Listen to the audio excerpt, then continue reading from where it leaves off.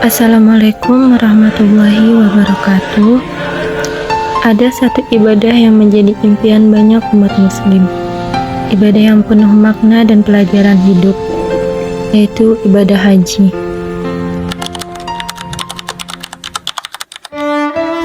Haji adalah perjalanan ke tanah suci Mekah yang dilakukan pada waktu tertentu, dengan rangkaian ibadah yang sudah ditentukan.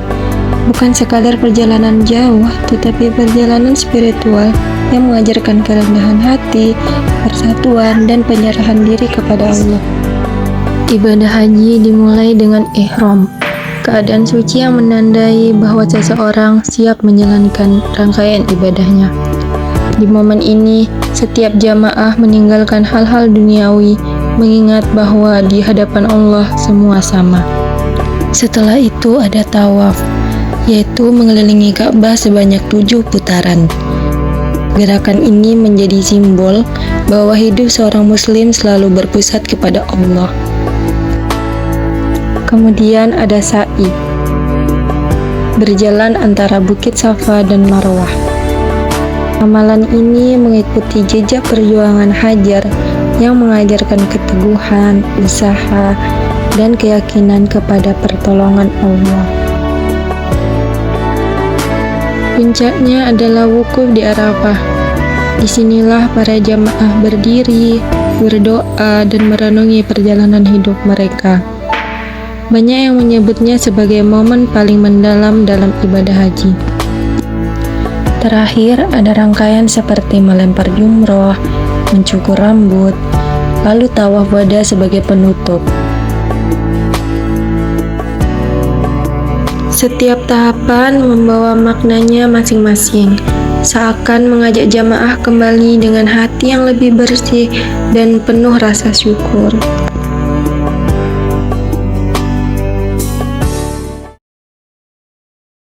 Apa itu ibadah umrah? Secara bahasa, umrah berarti berziarah. Secara istilah, umrah adalah kunjungan ke Baitullah dengan niat beribadah kepada Allah. Umrah bertujuan untuk mendekatkan diri kepada Allah dan sebagai bentuk penghambaan yang dapat dilakukan kapan saja sepanjang tahun. Apa saja syarat sah wajib ibadah umrah?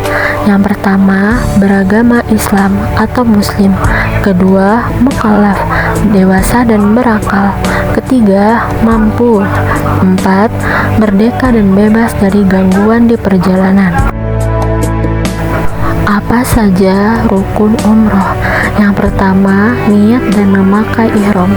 Ihram untuk laki-laki berupa 2 lembar kain putih yang tidak dijahit. 1 untuk menutup bagian atas dan 1 untuk menutup bagian bawah sebagai sarung. Sedangkan perempuan memakai pakaian yang menutup seluruh tubuh kecuali wajah dan telapak tangan. Kedua, ada tawaf. Tawaf adalah kegiatan mengelilingi Ka'bah sebanyak 7 kali berlawanan arah jarum jam.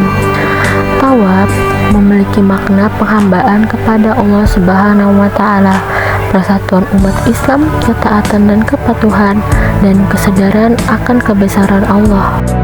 Ketiga, ada sa'i. Sa'i adalah kegiatan berjalan atau berlari kecil sebanyak 7 kali antara Bukit Safa dan Marwah. Sa'i bermakna sebagai usaha dan ikhtiar manusia, seperti cerita Siti Hajar dalam mencari air untuk Nabi Ismail alaihissalam. Sa'i juga mengajarkan tentang kesabaran dan ketekunan, tawakal kepada Allah, dan keyakinan bahwa pertolongan Allah itu nyata. Keempat, tahallul, mencukur atau memotong rambut.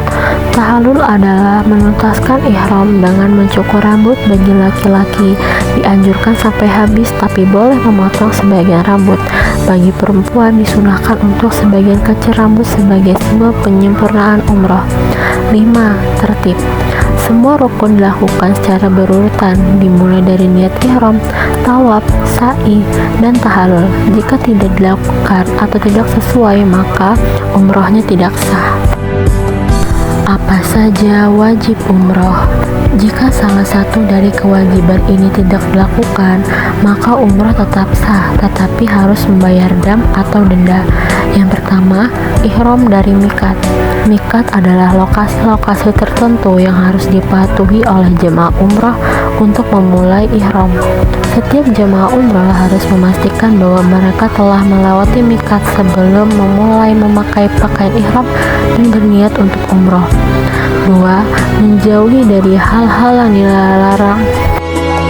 Kedua, menjauhi diri dari hal-hal yang dilarang saat ihram. Yang pertama, hubungan intim.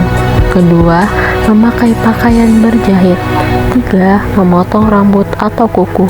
4. Memakai parfum. 5. Memburu binatang. Setiap ibadah memiliki hikmahnya, dan inilah hikmah melakukan ibadah umrah. Yang pertama, mendekatkan diri kepada Allah. Kedua, menghapus dosa dan pembersihan jiwa. 3. Mempererat persaudaraan dan persatuan umat Islam. 4. Meningkatkan kesabaran dan keteguhan. 5. Mengajarkan kesederhanaan dan kerendahan hati. 6. Penyempurnaan